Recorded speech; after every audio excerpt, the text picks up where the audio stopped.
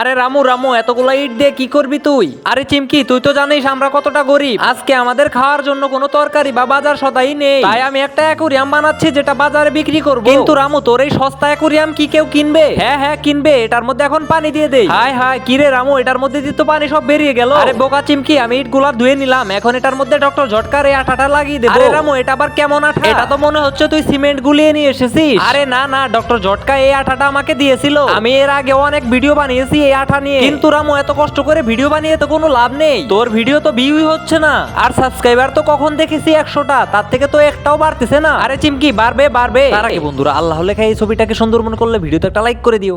আমার অ্যাকুরিয়ামটা মনে হচ্ছে শুকিয়ে গিয়েছে, এখন এটার মধ্যে পানি ঢেলে দেখি, যদি পানি লিক করে তাহলে আমার সমস্ত কষ্টই বৃথা যাবে। বাবা চিমকি দেখ দেখ, আমার অ্যাকুরিয়ামটা থেকে একটা ফোঁটাও পানি বেরোচ্ছে না। হ্যাঁ রে রামু তাই তো দেখতে পাচ্ছি। হ্যাঁ এখন এটা আমি বাজারে বিক্রি করতে নিয়ে যাব, আশা করি আজকে আমি এই অ্যাকুরিয়ামটা বিক্রি করতে পারবো। তো বন্ধুরা তোমাদের কি মনে হয় আমি অ্যাকুরিয়ামটা কি বিক্রি করতে পারবো? তোমাদের যদি মনে হয় আমি অ্যাকুরিয়ামটা বিক্রি করতে পারবো তাহলে সুন্দর একটা কমেন্ট করে যেও।